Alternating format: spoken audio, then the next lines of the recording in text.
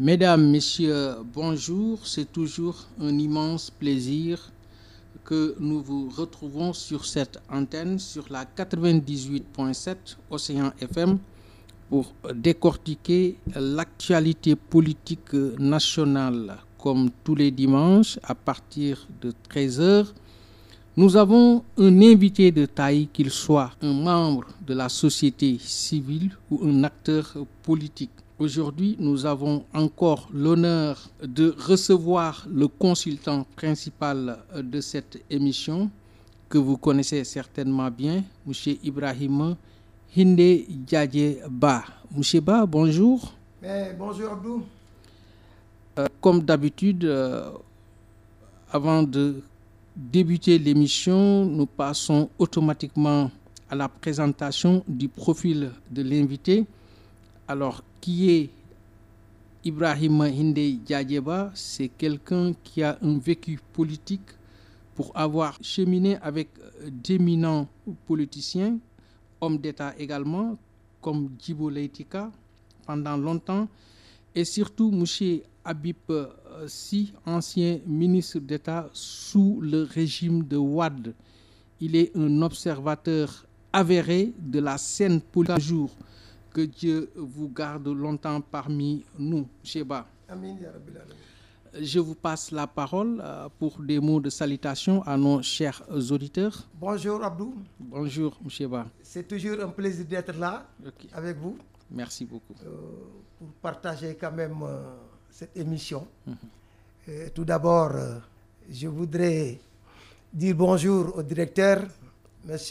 Abdoulaye Diop, un ami. Et ensuite à vous-même aussi en tant que journaliste. Merci beaucoup. Et à tous les techniciens. Priez aussi pour l'entreprise, votre radio.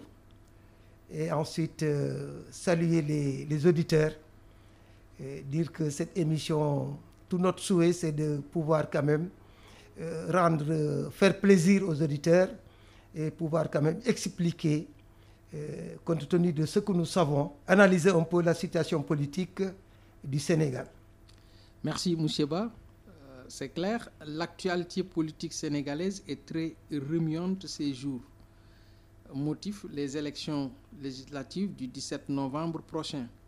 Si on voit la configuration des partis politiques et coalitions de partis politiques et mouvements constitués présentement sur la scène politique, alors des partis qui n'ont pas la même idéologie, le même principe, les mêmes démarches, etc., est-ce qu'on peut parler de coalition par circonstance ou bien coalition contre nature?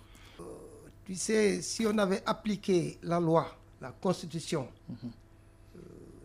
dans la logique, beaucoup de listes ne seraient pas aujourd'hui, comment dirais-je, en lice.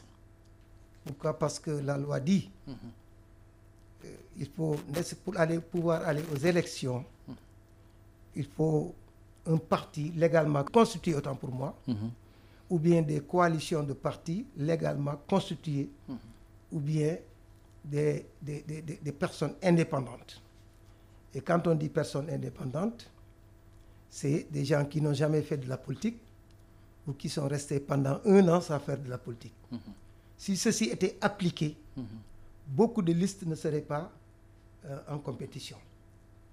Parce que sur les 41 listes que vous voyez, il n'y a que 2 têtes de liste qui sont chefs de parti, c'est Ousmane Sonko et Macky Sall.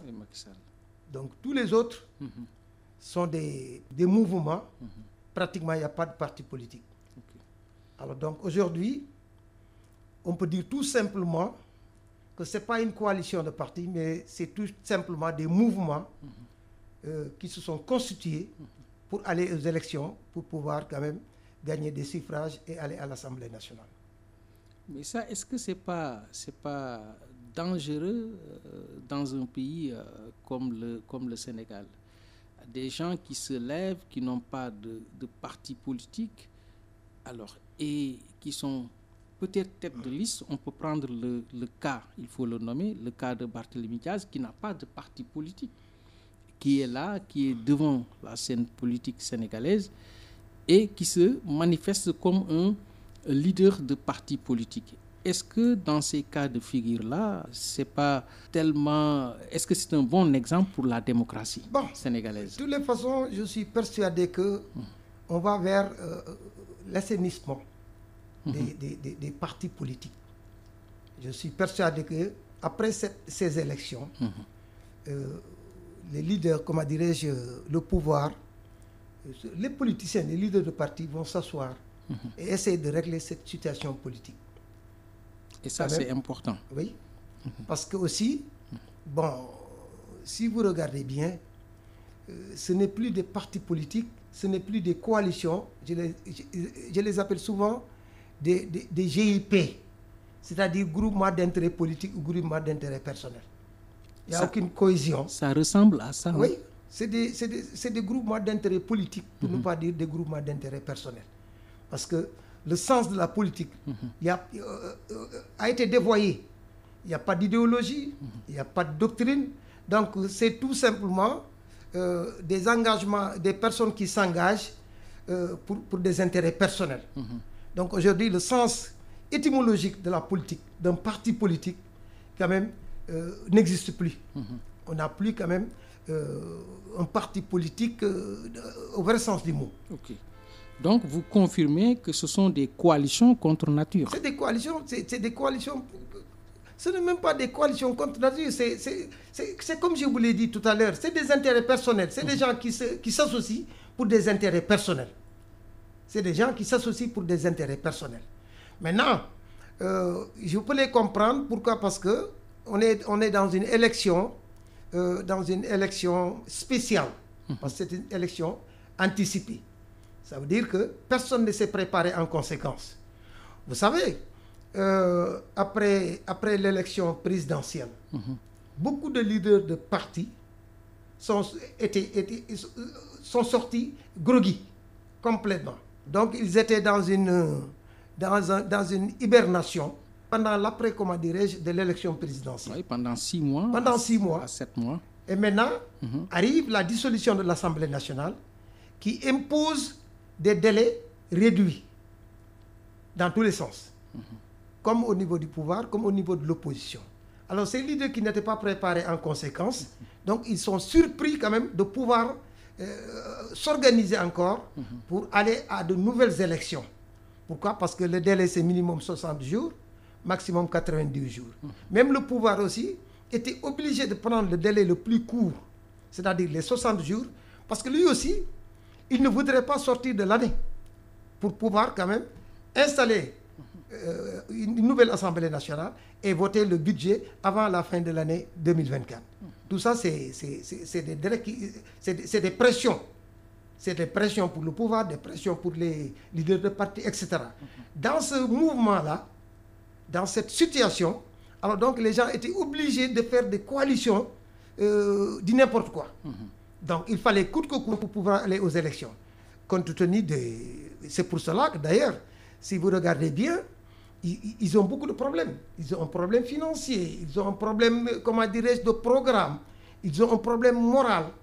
Vous sentez dans tout cela, d'ailleurs, dans la campagne électorale de certains politiciens, qu'il y a une dose de sabotage. Tout à fait. Il y a une dose de sabotage.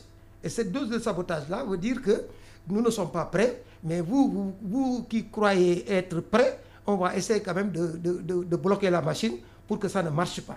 Tout à fait. Parce que entre Ousmane Sonko et certains leaders politiques, c'est une question d'ego. Alors, c'est la même génération. Alors donc, si on les laisse travailler, si on les laisse réussir, si on les laisse dérouler, alors jusqu'à ce qu'ils obtiennent, comment dirais-je, la confiance des populations, c'est sûr qu'ils sont là minimum 10 ans. Et si on rajoute 10 ans de notre âge, bientôt on risque d'aller à la poubelle politique, excusez-moi du terme. Tout à fait. Donc il faut tout de suite essayer de trouver des solutions, essayer de trouver des actes. De les contrecarrer. De les empêcher de travailler, de les empêcher de réussir. Et ça, c'est une tactique politicienne que les Sénégalais n'attendent pas d'eux. Tu peux les comprendre. Pourquoi? Parce que, bon, ils ont été surpris. Ils ont été surpris comment dirais-je, de cette élection présidentielle, autant de ces élections législatives.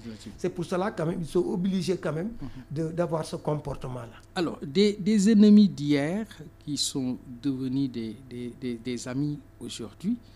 Alors, sur ces coalitions constituées à la va-vite, est-ce qu'il n'y aura pas de répercussions sur le vote? Parce que les Sénégalais savent bien voter et savent bien délire. Tu sais, les Sénégalais, quoi qu'on puisse dire, ce sont les leaders politiques qu'ils ne comprennent pas. Les Sénégalais, ils comprennent, ils comprennent les leaders politiques. Les Sénégalais savent ce qu'ils vont faire. Et les jeux surtout. Ils savent ce qu'ils savent, ils savent ce qu'ils vont faire. Donc maintenant, ce sont les leaders politiques qui, quelque part, ignorent ce que savent les Sénégalais. Donc, quand il y a, par exemple, cette coalition de contre nature, des ennemis d'hier qui sont devenus des amis d'aujourd'hui, mais les Sénégalais ne sont pas bêtes, excusez-moi du terme. Tout à fait. Ils savent nettement que ceux-là, ils ne courent pas pour l'intérêt de ce pays, mais ils courent uniquement pour l'intérêt. Pour leur propre intérêt. Si. Tout à fait. C'est exactement ça. Donc vraiment, de ce côté, il faut comprendre les Sénégalais. Le jour J, ils savent ce qu'ils vont faire. Alors, malgré l'appel à une élection apaisée lancée par le président Bassirou Diomaye Faye, la campagne électorale pour les législatives du 17 novembre est marquée par de nombreuses violences, n'est-ce pas? Alors, pourquoi de telles violences, d'autant plus que les urnes vont départager les différents acteurs? Mais bon, vous savez, tout le temps, en campagne électorale, on a toujours eu des incidents pareils. Pour ne pas dire toujours en politique. Ce n'est pas pour la première fois qu'on a ce genre d'incidents. Parce que même au temps de Senghor, on a vécu ça. En 1963, Senghor, ils ont tué plus de 40 personnes lors d'une élection présidentielle. Et pourtant, c'était le seul candidat. En 1963, il était le seul candidat. Après avoir arrêté Dia, après avoir, comment dirais-je... écarté tous ses potentiels adversaires. Après avoir dissous les autres partis politiques, il était le seul candidat. Okay. Il était le seul candidat, mais malgré tout cela, il y a une opposition qui était là. Lorsque les gens sont sortis pour manifester, mais il en a tué presque plus d'une quarantaine. Il y a eu la répression. Donc ça, c'est depuis longtemps. Tout à fait. Abdou Diouf, en tant que président de la République, pendant la campagne électorale, récemment en 88, mais à Thiès, c'est là où il disait cette jeunesse malsaine. Tout à fait. Ce sont ces jeunes-là qui l'attaquaient à Thiès, aujourd'hui qui sont devenus des vieillards. Je les connais tous, je ne veux pas citer leur nom. C'est ces jeunes-là que Abdou Diouf appelait une jeunesse malsaine. Abdoulaye Wade, la même chose. Abdoulaye Wade, la même chose. Ils ont tous subi cette violence. Macky Sall, en 2022, mais cette attaque que Ousmane Sonko a subie à Koungheul, Macky Sall l'a subie en 2022. À Koungheul même. Tout à fait. On l'a lancé des cailloux là-bas. C'est ce même Koungheul qui a fait ça à Ousmane Sonko avant-hier ou quelque chose comme ça. Donc on a toujours vécu ce genre de violence en politique, en campagne électorale, mais ça va de pair. On a toujours... ça d'ailleurs, est-ce que ce n'est pas le piment de la sauce de la politique sénégalaise? Mais ça ne peut pas empêcher les élections de se dérouler normalement. Mais ce que j'en sais, après ces élections législatives, je suis persuadé que on restera pendant longtemps sans faire de la politique. Ils vont ranger toutes les activités politiques dans des tiroirs. Parce que ces jeunes que j'ai vus là, s'ils obtiennent aujourd'hui cette majorité dont ils cherchent, je suis persuadé qu'il n'y aura plus de politique. Les gens vont travailler, il n'y aura plus d'espace pour faire de la politique. On va ranger la politique pendant 4 ans. Ça, j'en suis persuadé. Donc aujourd'hui, on est en train de... Et puis, après ces élections législatives, il y aura beaucoup de leaders politiques qui vont arrêter de faire de la politique. Qui vont disparaître. Ils vont disparaître. Certains vont disparaître, d'autres vont devenir des gratins. Donc, c'est fini. C'est une autre génération qui va arriver, qui va essayer de convaincre les Sénégalais. Mais cela, c'est fini. Ça, je te le dis. Il nous reste tout juste ces élections pour pouvoir quand même assainir le terrain politique. Le terrain politique. Ouais. Et ça, c'est important. Alors, dès les premiers jours de la campagne électorale, des insultes et des échanges virulents aussi bien par médias interposés que sur les réseaux sociaux, ont dominé l'ambiance électorale. Peut-on parler de manque d'arguments ou de programmes de nos acteurs politiques, car les Sénégalais attendent des débats d'idées, des propositions de bonne gouvernance et autres, n'est-ce pas? Comme tu as dit, des fois quand on manque d'arguments, soit on a un langage violent, soit on bande les muscles. Ça, c'est quand on manque d'arguments. Et ensuite, les acteurs politiques, ils sont devenus du n'importe quoi. Ce n'est plus de vrais acteurs politiques. C'est des gens qui sont là à la recherche d'un gagne-pain, d'une situation meilleure.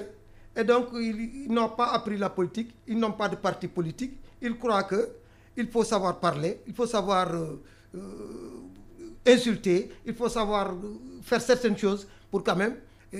c'est ce qu'ils appellent politique. Or, ce n'est pas ça. Parce que les débats d'idées, c'est des débats très importants. Parce que ça permet aux populations quand même de comprendre où vont les gens, qu'est-ce qu'ils veulent, quelle est la situation exacte, économique, sociale, etc. C'est ce que les Sénégalais veulent. Mais malheureusement, c'est ce qu'ils font de la politique. Ils n'ont pas appris la politique. Ils croient que la politique, c'est avoir une grande gueule, excusez-moi du terme, être violent, savoir insulter, bander les muscles, etc. Donc vraiment, et ça, aux yeux des Sénégalais, tu deviens tout petit. Parce que les Sénégalais ne tolèrent pas l'impolitesse. Les Sénégalais ne tolèrent pas certains comportements. Ils aiment des gens réfléchis, des gens posés, des gens qui sortent des idées qui peuvent quand même rendre service. Mais malheureusement, bon, ils ont tellement rabaissé la politique que pratiquement les gens n'ont même plus envie d'écouter les leaders politiques. Alors, si on a constaté ces temps-ci surtout des acteurs politiques qui cheminent avec des insulteurs publics. Qu'en dites-vous surtout? Mais justement, c'est ce que j'ai dit. Ça, même en temps normal, c'est pas normal. Mais avec des insulteurs publics, je dis. Oui, c'est parce qu'aussi, il y a, comment dirais-je, les réseaux sociaux qui favorisent tout cela. Parce qu'en son temps, il y avait des gens qui insultaient, en son temps, il y avait des gens qui pratiquaient la violence. Mais comme il n'y avait pas autant de médias, autant de réseaux, etc., bon, ça ne pouvait pas, c'était pas flagrant. Mais aujourd'hui, avec les réseaux sociaux, tu rentres dans ta chambre, tu prends ton téléphone, tu racontes du n'importe quoi, tu dis du n'importe quoi, et ça y est, ça passe. Donc aujourd'hui, c'est ça, c'est à la faveur quand même des réseaux sociaux. C'est à la faveur des réseaux sociaux. Okay. Mais tout ce que les gens pourront dire de saleté dans ce sens, mais ça va se retourner contre eux. C'est ça le problème fondamental. Le siège de Tahaou Sénégal a été incendié. Le convoi de Pastef a été attaqué, d'ailleurs Malick Gakou blessé. Alors qu'est-ce qu'il faut faire pour contrecarrer ces violences-là? Mais c'est tout simplement arrêter de faire de la politique. S'il y a trop de politique. Il y a 2 ans, je ne sais pas, 3 ans, j'avais fait une proposition. Je crois que c'est ici même que je l'avais faite. Vous nous rappelez cette proposition-là? Mais c'est-à-dire, j'avais dit qu'il faut centraliser toutes les élections en une seule année, mais pour un seul mandat de 10 ans ou 7 ans. Présidentiel, le mandat du président, un seul mandat de 10 ans. Le député, un seul mandat de 10 ans. Un seul mandat de 10 ans. Alors maintenant, pendant 10 ans, les gens vont travailler. Parce qu'il y a des gens qui font de la politique un fonds de commerce, un métier. Or, ce n'est pas le cas. Tout à fait. Ce n'est pas le cas. Donc, c'est pour cela que c'est un fonds de commerce, c'est un gain qui est là, c'est un gagne-pain. Alors, les gens sont obligés quand même, ils sont pressés qu'il y ait élection pour pouvoir quand même récolter quelque chose. C'est un fonds de commerce. Les élections sont devenues des fonds de commerce. C'est ça le problème. Alors donc, s'il n'y avait rien à gagner, ou bien les gens restent pendant 10 ans sans faire de la politique, il n'y aurait pas tous ces dégâts. Tout à fait. On a ces dégâts que quand il y a élection ou bien quand il y a des événements politiques. Okay. Alors, la violence ne vient pas toujours de l'opposition, mais des fois aussi des membres du pouvoir peuvent provoquer la violence. Je peux donner un exemple, le cas de M. Abbas Fall, tête de liste de Pastef à Dakar, appelait ses militants de son parti à s'armer de couteaux et de machettes pour riposter à l'attaque dont sa caravane aurait fait l'objet. Alors, vu sa posture, est-ce qu'il ne devait pas avoir raison gardée? Pour un homme politique. Tout à fait. Bon, il a essayé de l'expliquer, mais des fois, quand on est dans une certaine situation, on doit éviter de parler. Quel que soit votre niveau d'énervement. Tout à fait. Vous devez éviter quand même de vous prononcer. Surtout quand on est du camp du pouvoir. La raison en est que, avant de le dire, à maintes reprises, j'ai écouté la vidéo, avant qu'il ne se prononce, beaucoup de gens ont essayé de l'arrêter. Il a insisté. Donc, il savait même pas que ce qu'il allait dire, c'est pas une bonne chose. Donc, dans son énervement, il a dit des choses qu'il a regrettées après. Et ça, vraiment, il faut appliquer ce que le Toubab avait l'habitude de dire. Il faut tourner 7 fois la langue avant de parler. Et c'est normal. Parce que tout ça, il faut mettre ça dans le sens de l'apprentissage. Dans le sens de l'apprentissage. C'est des gens qui étaient dans l'opposition. Aujourd'hui, ils sont au pouvoir. Bon, ils ont toujours les instincts d'un opposant. Donc, ils font beaucoup d'erreurs. Quel que soit ce qu'ils ont subi, en tant que responsable au pouvoir, vous devrez encaisser et quand même essayer de comprendre que c'est de l'autre côté quand même que ça peut venir. Mais toi, de ton côté, personnellement, en tant qu'autorité, en tant que pouvoir, comprendre toute cette situation-là et ensuite... Essayer de gérer. Oui. Alors, au moment où certains leaders sont à Dakar, ce qu'on constate, en train de jeter des coups de pierre au régime en place, Sonko, tête de liste de Pastef, est à l'intérieur du pays. N'est-ce pas une bonne stratégie de campagne? Non, ce n'est même pas ça. C'est à lui quand même d'aller, comment dirais-je, d'aller sillonner le pays. Pourquoi? Parce que c'est lui qui est à la recherche de la majorité, surtout une majorité écrasante, qualifiée, bon, en tout cas. Les autres, ils ont compris. Ils ont compris, même pendant la campagne présidentielle. Il y a beaucoup de leaders qui ne se sont pas fatigués. Hein. Ils n'ont pas voulu beaucoup dépenser, ils n'ont pas voulu beaucoup circuler, sachant qu'ils vont perdre. Alors là aussi, les gens financièrement, ils ne peuvent pas, ils supportent mal la campagne électorale. Donc, sachant aussi qu'au niveau de l'intérieur, beaucoup de choses ont changé. Ils préfèrent quand même essayer de convaincre ceux qui sont dans les grandes villes. C'est comme ça qu'ils veulent battre la campagne, surtout qu'ils ont des moyens réduits. Alors donc, ça, c'est une stratégie. Bon, ils ne comptent pas gagner à 100%.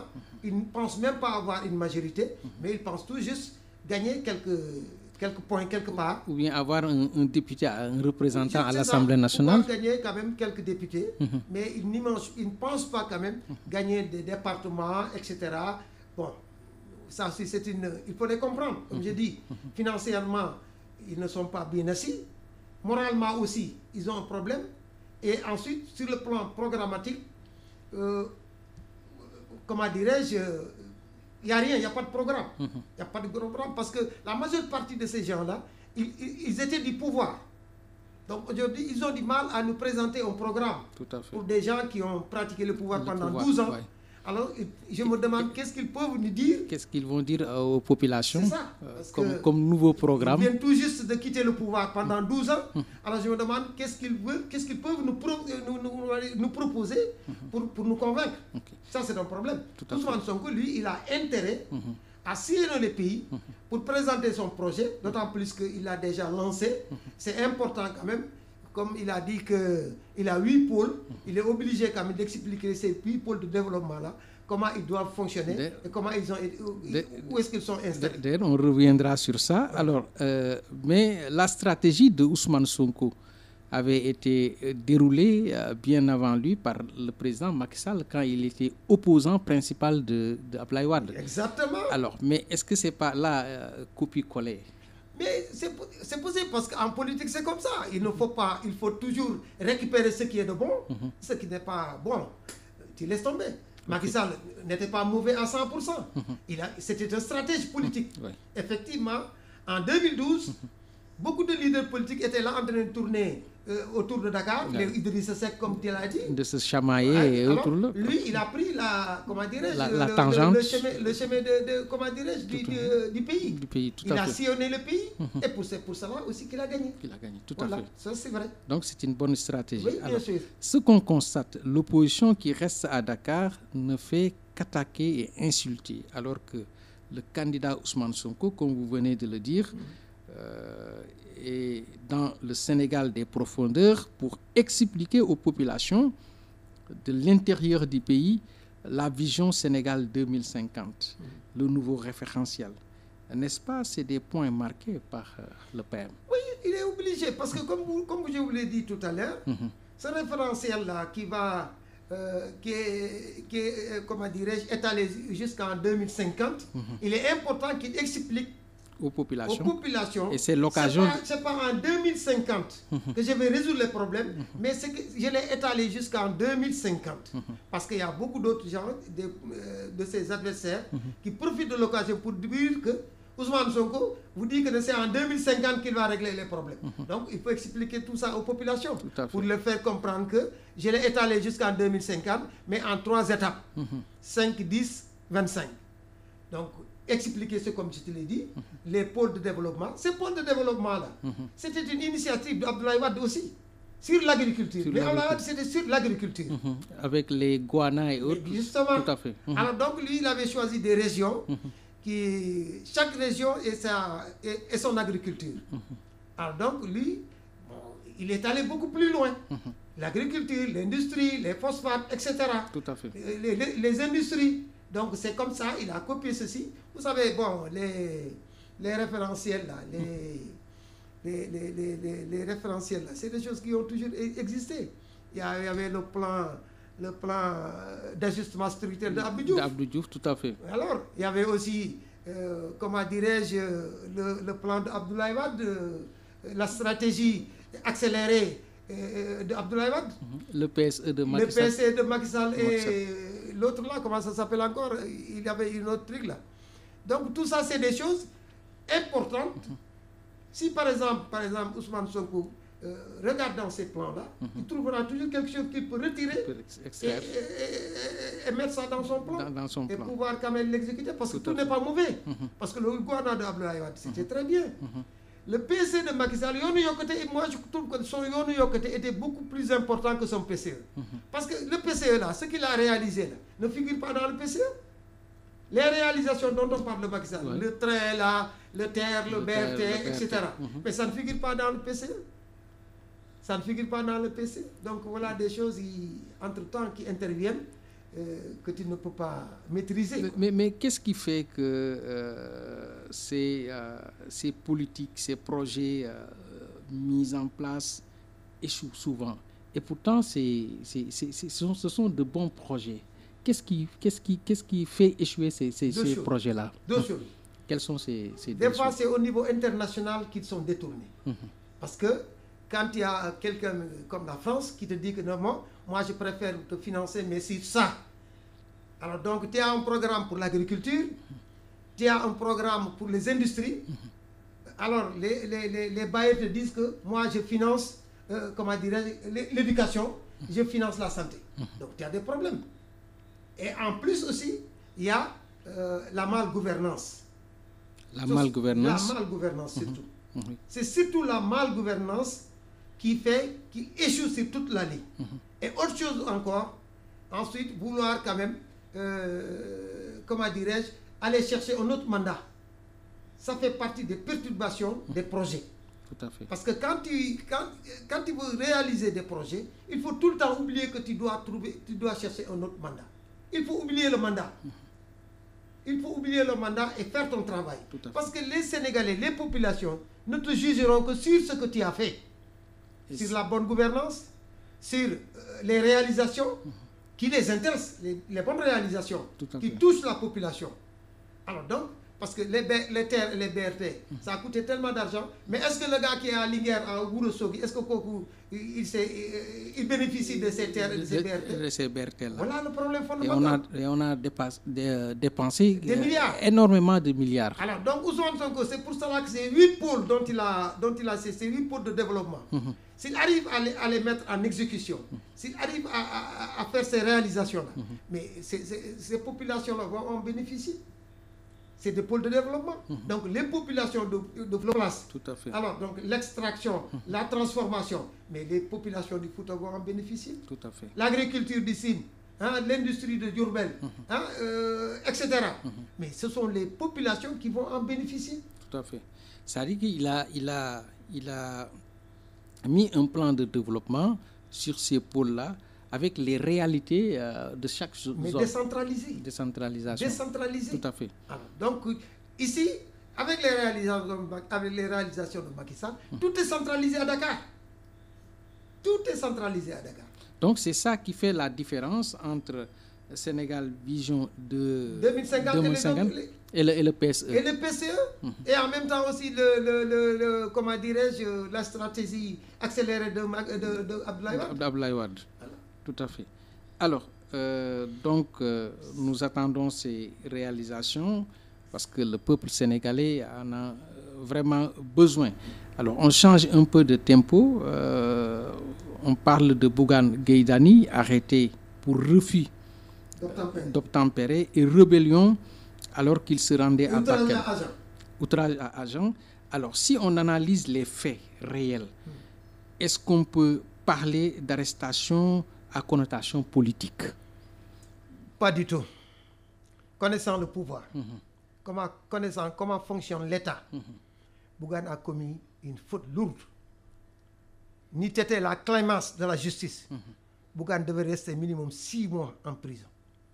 La justice a été très clémente. Parce que ça n'a rien de politique.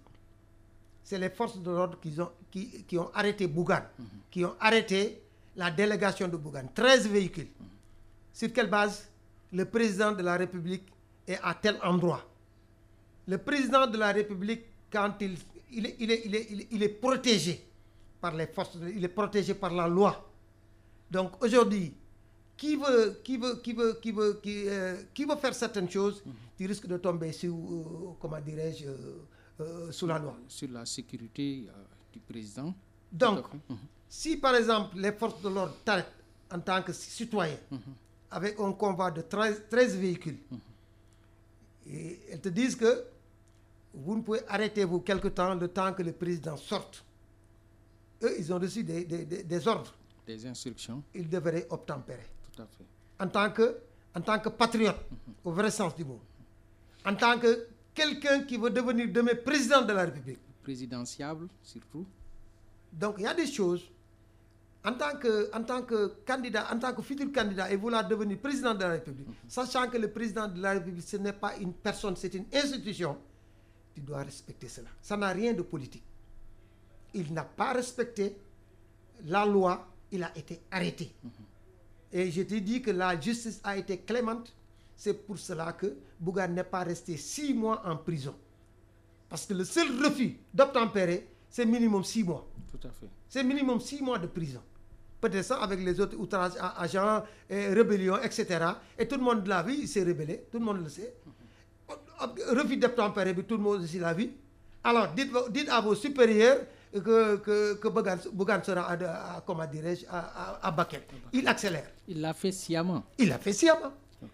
Donc aujourd'hui, Bougane, il faut que les hommes politiques respectent la loi, respectent la constitution, respectent les institutions. C'est pas parce que c'est Diomaye. Ce n'est plus Diomaye, c'est le président de la République du Sénégal. Tout à fait. C'est le président de la République du Sénégal. Même son papa, il ne peut pas le voir comme il veut. Donc ça, c'est une institution. C'est la garantie de tous les Sénégalais. Parce qu'aujourd'hui, Diomaye, si on le sait, même nous, en tant que citoyens, on doit tout faire pour le mettre à l'aise. Parce que s'il est perturbé, s'il a des complications, il peut nous-mêmes créer une guerre ici. Tout à fait. Le président de la République, il est capable de détruire un pays. Tout à fait. Donc c'est quelqu'un qu'on doit gérer. Il doit être stable. Mais normalement. Dans tous les sens. Donc je crois que Bougane doit comprendre qu'il a fauté. Et la justice a été clémente. Tout à fait. Voilà. Alors, à sa sortie de prison, on parle toujours de Bougane. Alors, il continue de crier haut et fort qu'il a été arnaqué, qu'il a été enfermé politiquement. Alors, est-ce qu'il n'avait pas une autre intention, si on voit le déroulement des événements? Alors, attendre que le président soit à Bakel et lui, il se rend à Bakel. Est-ce qu'il n'avait pas une autre idée, une planification pour se faire arrêter, pour pouvoir faire voilà, tu sais, comme je vous l'ai dit tout à l'heure, dans leur campagne, dans leurs agissements, il y a une dose de sabotage. Il y a une dose de sabotage. Alors donc, Bougane, pour aller rendre visite aux populations de Bakel, il n'avait pas besoin quand même de coïncider ça avec l'arrivée du président. Il a la latitude de prendre son programme à lui. Son programme à lui, quand le président sort, il entre. Parce que le président de la République, il faut faire très attention avec lui. Puis il a un agenda alors, qui ne doit pas être perturbé par un citoyen lambda. Le président de la République, quand il sort, il ne sait même pas ce qui se passe. Ce sont les forces de l'ordre, la sécurité qui s'occupent de tout cela. Tout à fait. Même s'il passe par les ciels, par le ciel, autant pour moi, dis-toi qu'il peut fermer partout. Et pourquoi il ferme et pourquoi il arrête les gens? Donc il faut laisser quand même la sécurité aux responsables de la sécurité. Parce qu'un seul petit caillou qu'on jettera sur la voiture du président, c'est toute cette sécurité-là qui risque d'être relevée. C'est ça le problème fondamental. Donc Bougane a commis une erreur grave à une institution. Beaucoup de gens ont été tués à cause de ces luttes. La façon dont il a forcé le barrage, il pouvait recevoir une balle. Tout à fait. Il pouvait recevoir une balle. Je vous donne une anecdote là. Bon, je vous raconte une histoire. Oui, allez-y. Tidjanan, vous le connaissez? Oui, je me rappelle bien de ce nom. Vous avez oublié comment il a été percuté. C'est Abdoulaye Wade qui se rendait au Fouta. C'est lui qui organisait le meeting. Il faisait partie des organisateurs. Alors, quand le président arrive, dans un premier temps, les gens viennent l'accueillir à l'entrée de la ville. Il faisait partie de ces gars qui l'accueillaient. Bon, après, lorsque le convoi du président a pris son départ, lui, il voulait arriver avant le président pour pouvoir le recevoir là-bas aussi. Mais le cortège s'est ébranlé. Mais il a voulu forcer le cortège. Les gars l'ont signalé, il a refusé. Après, on a donné un coup de trick. Et il est mort sur le coup. Il est mort sur le coup. Tout à fait. Il est mort sur le coup. Ouais. Donc le président de la... Lui, Bougane, je me souviens, lorsque Macky est allé à Ourossogui, il était lui aussi à Ourossogui. Mais c'est Ousmane Sonko qui l'a appelé. Il lui dit que moi, est-ce que tu es? Moi, je suis à Ourossogui. Et le président, il est là, mais il va revenir. C'est là où il passe la nuit. Sonko lui a dit, sortez. Tout à fait. Sortez. Parce qu'il sait que, mais s'il ne sort pas, il risque grand-chose. Et Macky était le président de la République. Alors, on ne doit pas entraver ses déplacements. Abdou. Ça, c'est dangereux. Abdou, on ne joue pas avec une institution. Une institution. Et ça, c'est important. Le président de la République, ce n'est pas du Tchakhan. Il n'est pas n'importe qui. Il n'est pas n'importe qui. Tout à fait. Il n'est pas n'importe qui. Donc, il faut que les gens apprennent quand même à respecter les institutions. Il faut qu'ils apprennent à respecter les institutions. Ce n'est pas parce qu'aujourd'hui, parce que tu es politicien, tu peux dire tout ce que tu veux, tu peux faire tout ce que tu veux. Non. Arrêtez. Ce n'est pas bon. On ne doit pas déstabiliser une institution qui a notre garantie, nous. Parce que déstabiliser le président de la République, c'est déstabiliser notre pays. C'est déstabiliser notre pays. Alors donc, il faut que les gens aient un respect à l'égard de nos institutions. Diomaye n'est plus le Diomaye qu'ils ont connu en 2021, 2022, 2023. Diomaye aujourd'hui, c'est le président de la République du Sénégal. Il faut qu'on le protège. Tout à fait. Alors, il dit encore, si c'était à refaire, je le referai. Ça, je suis persuadé, il ne le refera pas. C'est fini. S'il répète la même chose, il ne sortira plus. Ça, moi, je vous le garantis tout de suite. Il ne le fera plus jamais. Alors pourquoi mener ces déclarations? Mais non, c'est parce qu'il est en campagne électorale. Il sait que pendant la campagne électorale, on peut se permettre de tout. Mais une fois que la campagne termine, il va gérer son langage. Et ça, c'est important. Oui. Alors, pas un seul centime ne sera prélevé dans les caisses de l'État pour financer notre campagne. C'est l'engagement pris par Ousmane Sonko, président du Parti africain du Sénégal pour le travail, l'éthique et la fraternité, PASTEF, parti au pouvoir. En tant qu'analyste politique, est-ce que ça se passait comme ça depuis Senghor, Diouf, Wade et Sall? En tout cas, depuis Senghor, c'était comme ça. C'est le parti qui finançait sa campagne électorale. Alors, ça, c'était un parti très bien constitué. Alors, donc, c'était l'UPS, après le Parti Socialiste. Donc, vraiment, ils avaient un fonctionnement de ce genre. Ousmane Sonko, pratiquement. Les autres partis, quoi qu'on puisse dire, c'est les leaders qui finançaient. Le PDS avait qui le finançait. L'AFP, la même chose. Tous les autres partis étaient financés par le secrétaire général. C'est lui qui a... D'ailleurs, je ne les appelle pas des partis politiques, mais c'est des patrimoines personnels. C'est des patrimoines personnels. Alors donc, Ousmane Sonko, à travers ce qu'il a fait à Arena, et cette façon quand même de lever les fonds, il y a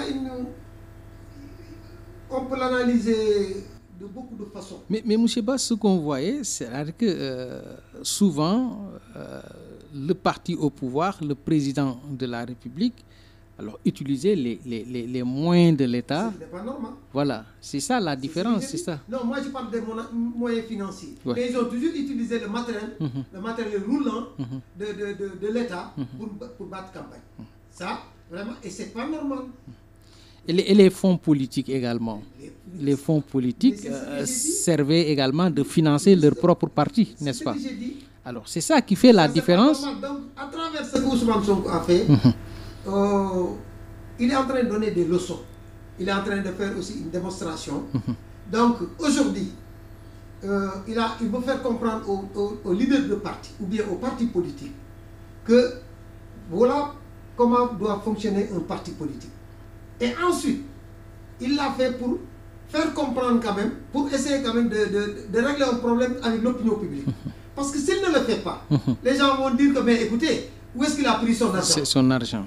Mais maintenant, il a un argument valable pour le dire que mon argent vient de ces cotisations. De ces cotisations-là. Vient de cette collecte. S'il ne l'avait pas fait, il va dire que bon, ils ont pris les caisses de l'État pour battre campagne. Mais est-ce que Ousmane Sonko n'est pas un grand stratège politique? Je l'ai dit quelque part, j'ai dit que le président Diomaye... C'est un génie politique. Le président Diomaye est un technicien, Ousmane Sonko est un tacticien. Ouais. Effectivement, c'est un grand politicien. Et ça marche bien leur duo. Non, ça marche très bien. Un technicien et un tacticien. Alors donc, ceci, comme je le dis, on peut l'analyser sur beaucoup d'angles. Tout à fait. Alors donc aussi, il a donné une leçon au parti politique. Il a expliqué clairement d'où viennent ces fonds. Et ensuite, il a fait une démonstration de force qui lui a permis quand même de faire peur à ses adversaires, avant la campagne électorale. Tout à fait. Donc aujourd'hui, après les élections, qu'est-ce qu'il a dit pendant cette campagne à Arena? De levée de fonds. Et ensuite, on va faire notre comptabilité et envoyer ça au ministère de l'Intérieur pour qu'ils comprennent que nous, notre financement, c'est comme ça. Voilà ce qu'on a eu, voilà ce qu'on a dépensé, voilà ce qu'il nous reste. On va envoyer notre comptabilité au ministère de l'Intérieur. Donc c'est comme ça que doivent fonctionner les partis politiques. Quelle transparence. Justement, maintenant, après l'avoir fait, après les élections, il va imposer ça aux partis politiques. Aux partis politiques. On va faire ça. Aïe. Ousmane Sonko, aujourd'hui, son problème, c'est après les élections. Après les élections... Charité bien ordonnée commence par soi-même.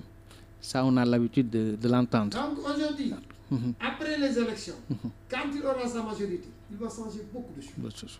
Ça, c'est sûr. Il va changer beaucoup de choses. Alors, en tout cas, ce qu'on a vu, la salle de Dakar Arena d'une capacité de 15 000 places assises a affiché comble le 19 octobre passé à l'occasion du meeting de levée de fonds organisé par le parti au pouvoir. Les anciens partis politiques, alors, ou bien les anciennes méthodes de campagne commencent à être bannies maintenant, n'est-ce pas?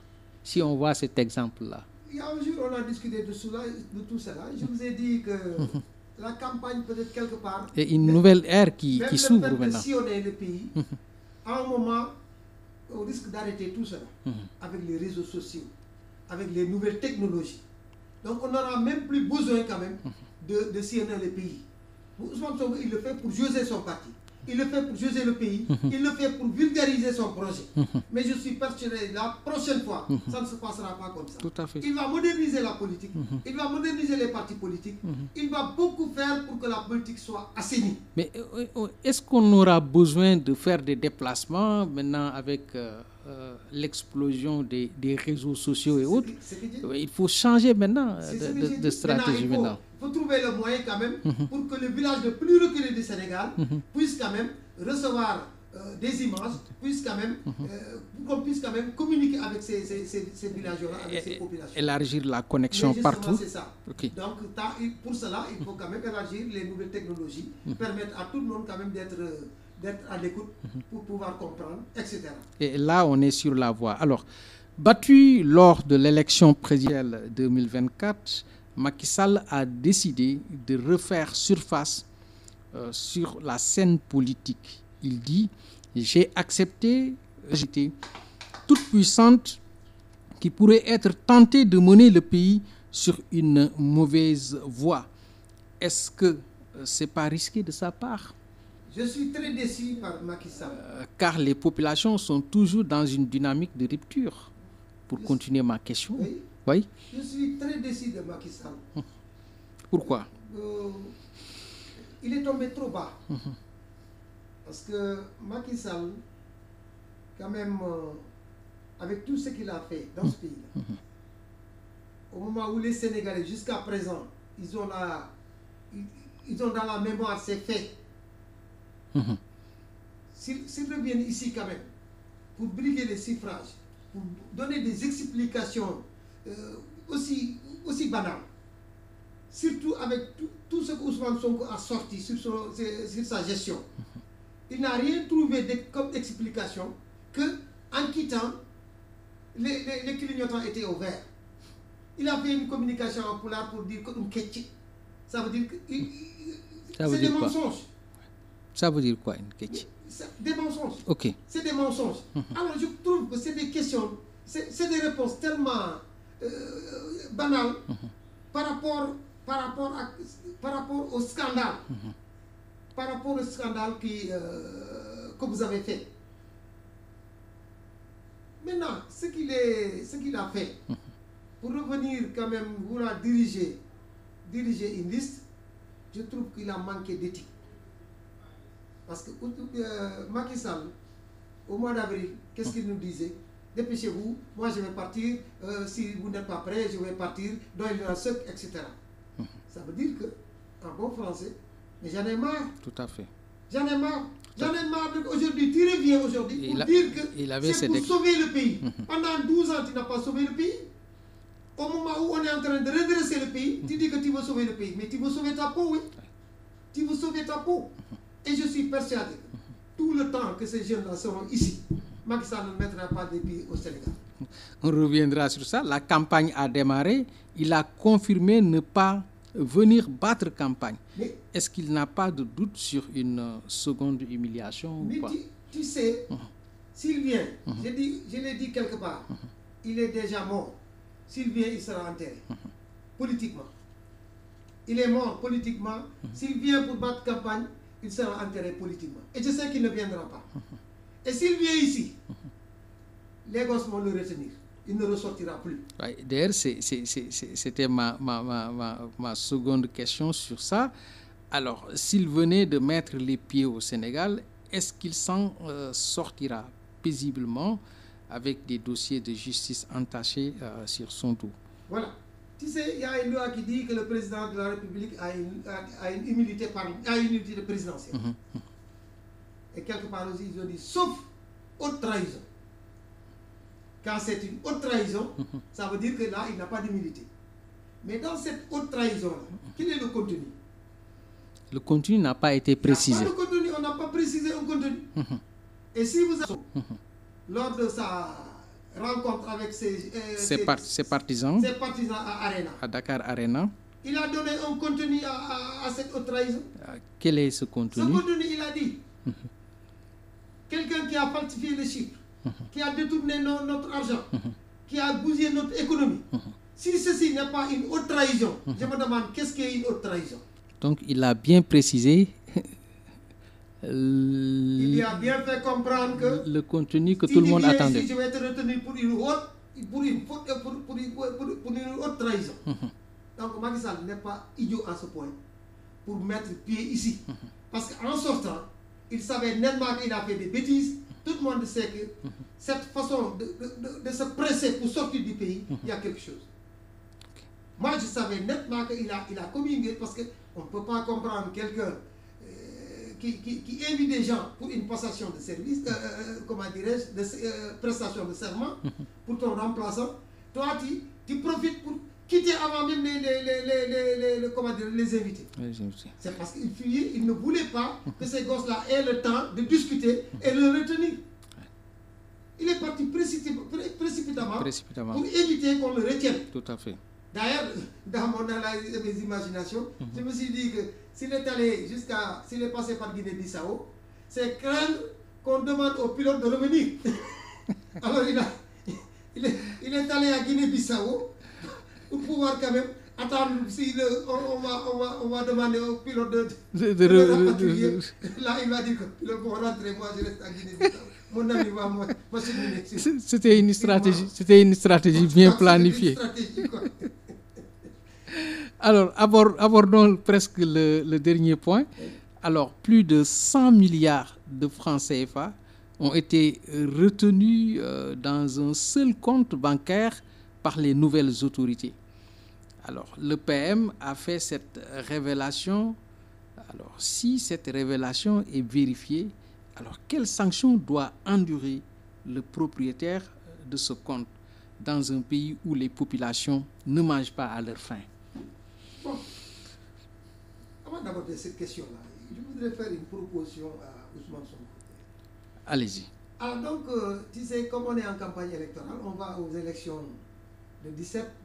Et je crois qu'avant la fin du mois de novembre, ils vont installer l'Assemblée nationale pour pouvoir voter le budget au courant du mois de décembre. Tout à fait. Pour ne pas quand même perdre, comment dirais-je, le budget de cette année. Alors, moi je voudrais que Ousmane Sonko, après les élections législatives, s'il a sa majorité, j'espère bien qu'il l'aura, qu'il reste à l'Assemblée nationale. Il reste président de l'Assemblée nationale. Président, vous lui conseillez d'être président de l'Assemblée nationale. Alors pourquoi? Tu sais, il est temps quand même qu'il prenne une institution importante pour pouvoir quand même être un peu à l'abri de beaucoup de choses. Parce que aussi, Premier ministre, c'est exposé. C'est le chef du gouvernement. Il s'expose. Il s'expose autant que le président de la République. Bon, le président de la République, tu sais, il est protégé. Il est protégé, il y a une loi qui le protège. Maintenant, il est temps quand même, lui, qu'il ait une institution aussi importante que l'Assemblée nationale. Que le Premier ministre. Non, qu'il prenne l'Assemblée nationale. Une institution importante, qui est la deuxième personnalité de l'État. Ça, c'est important. Et ensuite, ça lui permettra quand même de préparer peut-être une autre élection. Ça dépend. Tout à fait. Bon, maintenant, dans la vie, chaque individu a son point culminant. Je ne sais pas s'il a atteint son point culminant ou pas. En tout cas, le président de la République, c'est quelqu'un qui est entre les mains de Dieu. Personne ne peut savoir qui sera président de la République. Parce que la raison en est que tous ces gens qui ont devenu président de la République, ils sont venus d'une manière à l'improviste. Oui, à l'improviste. Maintenant, ils trouveront un technocrate bien qualifié pour diriger le gouvernement. Et je sais qu'ils en ont parce que ils ont beaucoup de cadres. Tout à fait. Maintenant, pour ce qui concerne les milliards dont vous parlez dans un compte. Les 1000 milliards. Les 1000 milliards, plus de 1000 milliards qu'ils ont trouvés dans un compte. Bon, c'est possible que ça soit des traces. Au lieu que ça soit de l'argent liquide, présentement, dans le compte, ça peut faire des traces. Jusqu'à une hauteur de plus de 1000 milliards. Mais c'est énorme. Ils ont détourné pas mal, beaucoup de milliards. Mais comment, pendant 12 ans. Comment peut-on avoir dans un compte, dans un pays comme le Sénégal, un pays sous-développé, un pays où il y a beaucoup de problèmes à régler, le transport, l'éducation, l'agriculture. C'est ça qui prend notre développement.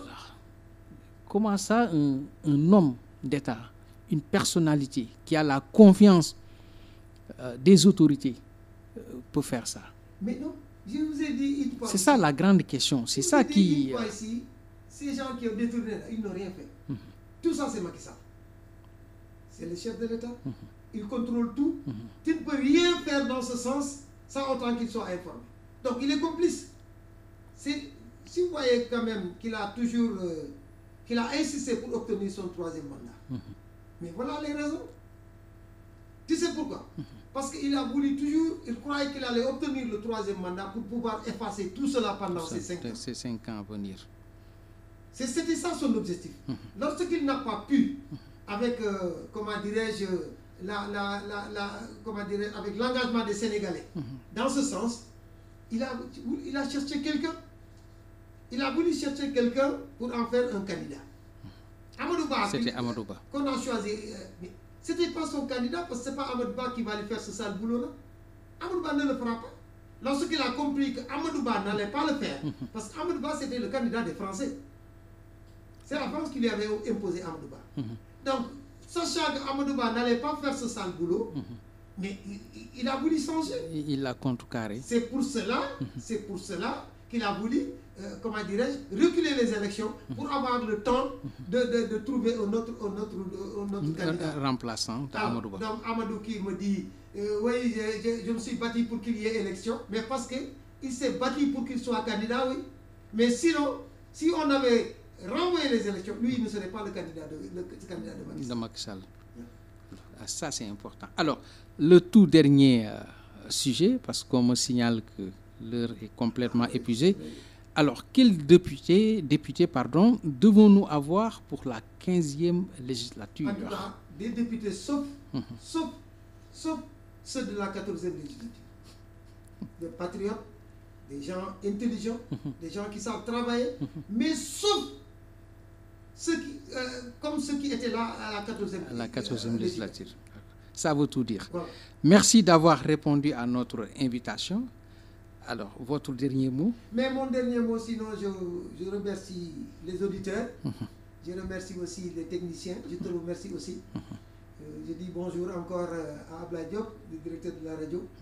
Mais en tout cas, c'est pas facile. S'il y a quand même un écart de langage, quelqu'un qui a été, comment dirais-je, des choses que je n'ai pas dites d'une manière polie, je m'en excuse. Et voilà.